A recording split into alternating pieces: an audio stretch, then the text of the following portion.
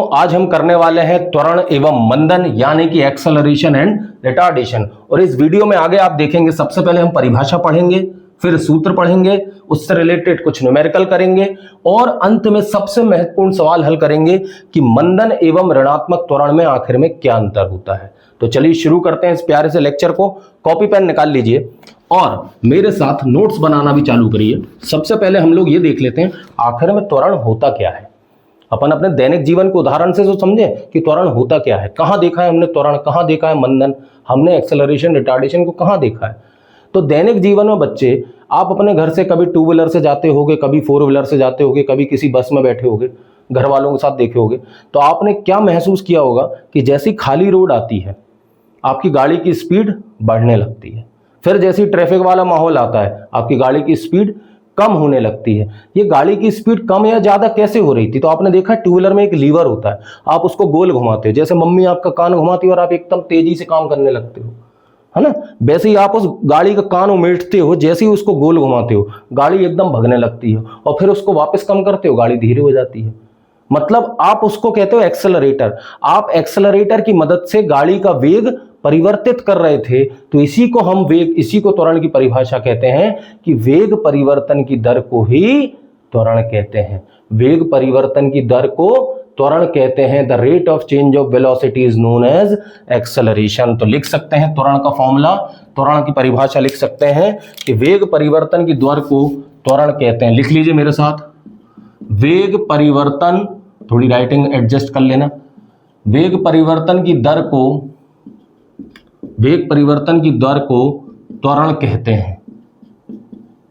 वेग परिवर्तन की दर को त्वरण कहते हैं। तो इस हिसाब से हम इसका सूत्र भी लिख सकते हैं, है ना। सूत्र क्या हो जाएगा? वेग परिवर्तन बटे समय, यह हमारा सूत्र हो जाएगा। त्वरण का सूत्र क्या हो जाएगा? वेग परिवर्तन बटे समय।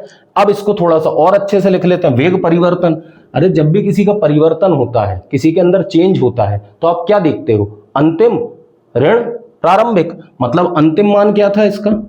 वेग का अंतिम मान ऋण प्रारंभिक मान, प्रारंभिक मान, ठीक है ना, बटे समय। एक्चुअल में जो फॉर्मूला होगा वो ये होगा, ठीक है ना। इसको और डिटेलिंग कर लेंगे अभी अपन, इसकी और डिटेलिंग कर लेंगे, ठीक है ना, कि वेग परिवर्तन की दर को त्वरण कहते हैं। ये क्या हो गया? त्वरण, वेग परिवर्तन बटे समय। तो इसका सूत्र क्या हो जाएगा? भैया किसी का भी परिवर्तन निकालते हैं, जब भी किसी का चेंज निकालते हैं तो उसकी अंतिम वैल्यू में से, उसकी इनिशियल वैल्यू, अंतिम मान में से प्रारंभिक मान को घटा देते हैं बटे समय, ठीक है ना। अब अंतिम मान लो क्या है? v माइनस यू बटे टी। इसको ही बोला जाता है अंतिम वेग, इसको बोला जाता है प्रारंभिक वेग, और ये हो गया समय। ये है त्वरण का सूत्र, अंतिम वेग ऋण प्रारंभिक वेग बटे समय। क्योंकि जब अंतिम में से प्रारंभिक को घटा देते हैं तो आपको परिवर्तन मिल जाता है। जब अंतिम में से प्रारंभिक को घटा देते हो आपको परिवर्तन मिल जाता है, और यही वेग परिवर्तन बटे समय क्या कहलाता है? त्वरण कहलाता है। इसका मात्रक होता है, इसका मात्रक होता है मीटर पर सेकंड स्क्वायर, और ये एक सदिश राशि है, ये एक सदिश राशि है, इसलिए ये नेगेटिव, पॉजिटिव और जीरो सब कुछ हो सकता है। और यही अपन सीखेंगे कि ये कब ऋणात्मक होता है, कब धनात्मक होता है, कब शून्य होता है, और एक्चुअली में ऋणात्मक त्वरण और मंदन में क्या अंतर होता है। तो इसको पूरे को लिख लीजिए आप लोग कि वेग परिवर्तन की दर को त्वरण कहते हैं, वेग परिवर्तन बटे समय उसका सूत्र होता है। इस सूत्र को और अच्छे से लिखा तो क्या लिख लिया? अंतिम मान ऋण प्रारंभिक मान बटे समय। अंतिम वेग को मैंने मान लिया v, प्रारंभिक वेग को मान लिया u बटे समय। तो मेरे पे आज एक त्वरण का सूत्र आ गया कि v माइनस यू बटे टी, जिसमें उसका मात्रक होता है मीटर पर सेकंड स्क्वायर। त्वरण एक सदिश राशि होती है जो कि ऋणात्मक, धनात्मक, शून्य सब हो सकती है। अब आपने त्वरण पढ़ लिया, तो त्वरण के बाद मैं आपको मंदन पढ़ाना चाहूंगा, त्वरण के बाद मैं मंदन पढ़ाना चाहूंगा। और बीच में एक लाइन खींच देता हूं, तो आप लोग भी अगर मेरे साथ साथ थोड़ा बहुत लिखना चाहें तो लिख सकते हैं, त्वरण एवं मंदन। अब त्वरण क्या होता है? त्वरण और मंदन एक्चुअली में एक ही चीज है, बस दो भाई हैं, समझ लो। त्वरण हमें बताता है कि गाड़ी की स्पीड कितनी तेजी से बढ़ रही है, और मंदन हमें बताता है कि गाड़ी की स्पीड कितनी तेजी से कम हो रही है। तो एक्चुअली में त्वरण को हम क्या परिभाषित कर सकते हैं? बढ़ते हुए वेग परिवर्तन की दर को, बढ़ते हुए बढ़ते हुए वेग परिवर्तन की दर को, बढ़ते हुए वेग परिवर्तन की दर को त्वरण कहते हैं, त्वरण कहते हैं। बढ़ते हुए वेग परिवर्तन मतलब इंक्रीजिंग चेंज इन वेलोसिटी। जब किसी ऑब्जेक्ट की वेलोसिटी, किसी ऑब्जेक्ट का वेग लगातार बढ़ रहा हो तो उसे त्वरण कहते हैं। फॉर एग्जांपल, आपकी वेलोसिटी 10 थी, फिर 20 हो गई, फिर 30 हो गई, फिर 40 हो गई, फिर 50 हो गई, फिर 60 हो गई। ये देखो यहां पे वेग लगातार बढ़ता जा रहा है, वेग लगातार बढ़ता जा रहा है, तो बढ़ते हुए वेग परिवर्तन की दर को त्वरण कहते हैं। तो इसका जस्ट अपोजिट क्या हो जाएगा, बोलो जरा। घटते हुए वेग परिवर्तन की दर को, घटते हुए वेग परिवर्तन की दर को मंदन कहते हैं। घटते हुए वेग परिवर्तन की दर को मंदन कहते हैं, ठीक है ना।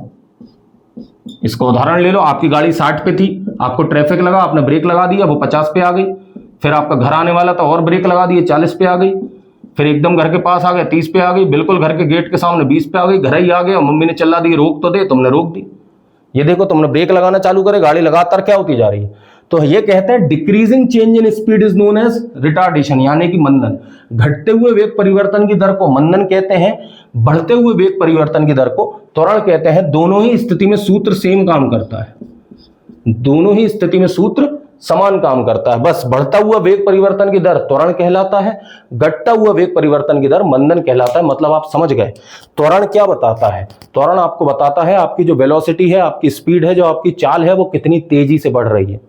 मंदन आपको क्या बताता है, मंदन आपको सिर्फ बताता है कि जो आपकी चाल या वेग है वो कितनी तेजी से कम हो रहा है, ठीक है ना। अब मैं आपको इसमें एक आध न्यूमेरिकल करा देता हूं और वहीं पे मैं आपको ऋणात्मक त्वरण भी सिखा दूंगा, ठीक है ना। सबसे पहले इसमें बेटा मैं आपको मात्रक का एक कन्वर्जन सिखा दूं, कैसे मात्रक बदल जाते हैं।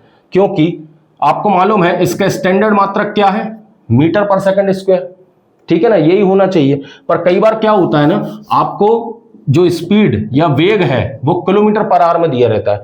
तो यदि किलोमीटर पर आवर को आपको मीटर प्रति सेकंड में बदलना है तो काय से गुणा करना पड़ेगा, 5/18 से। यदि आपको किलोमीटर प्रति घंटे को, किलोमीटर पर आवर को मीटर प्रति सेकंड में बदलना है, मीटर प्रति सेकंड में बदलना है तो काय से गुणा करना है, 5/18 से। और यदि मीटर प्रति सेकंड को किलोमीटर पर आवर में बदलना है, मीटर प्रति सेकंड को किलोमीटर पर आवर में बदलना है तो आपको गुणा करना है 18/5 से। ये याद रखिएगा, ये याद रखिएगा, ठीक है बच्चा पार्टी। आ रही समझ में बात, ठीक है ना। चलिए एक न्यूमेरिकल देख लेते हैं, आसान सा, एक आसान सा न्यूमेरिकल देख लेते हैं, ठीक है ना, फिर आगे बढ़ते हैं। एक कार है, लिख नहीं रहा मैं पूरा लिख नहीं रहा, समय बर्बाद होता है। एक कार है, वो 36 किलोमीटर पर आवर से चल रही थी। उसकी गति कितनी थी, 36 किलोमीटर प्रति घंटा। एक कार है, वो 36 किलोमीटर प्रति घंटे की रफ्तार से चल रही है, और जब उसने अपना एक्सेलरेटर दबाया तो 10 सेकंड के अंदर उसकी स्पीड 72 किलोमीटर प्रति घंटा हो गई। 10 सेकंड के अंदर उसकी स्पीड 72 किलोमीटर प्रति घंटा हो गई। वो 36 पे चल रही थी, उसने देखा खाली रोड आ गई, ड्राइवर ने बढ़िया एक्सेलरेटर दबा दिया, दबाने के कारण 10 सेकंड के अंदर गाड़ी की स्पीड कितनी पहुंच गई, 72 किलोमीटर प्रति घंटा। बताइए त्वरण क्या रहा होगा। सबसे पहले तो आपको समझ में आना चाहिए प्रारंभिक वेग क्या है। प्रारंभिक वेग है 36 किलोमीटर पर आवर। समय क्या है, समय है 10 सेकंड। उसके बाद अंतिम वेग क्या है, अंतिम वेग है 72 किलोमीटर प्रति घंटा। अंतिम वेग है 72 किलोमीटर प्रति घंटा। तो अब त्वरण का सूत्र क्या होता है, v - u/t। पर यहां पे गलती हो सकती है बच्चों से, कि जो बेसिक गलती करते हैं बच्चे, भैया जो आपका वेग है वो किलोमीटर प्रति घंटे में है और समय आपका काय में है, सेकंड में। तो आपको परिवर्तित करना पड़ेगा, वेग को सेकंड में परिवर्तित कर लीजिए, मैंने आपको सिखाया है। प्रारंभिक वेग कितना है 36, क्या मल्टीप्लाई कर दो 5/18, मीटर प्रति सेकंड बदल जाएगा। 18 एकम 18, 18 दूनी 36, यह आ गया 10 मीटर प्रति सेकंड।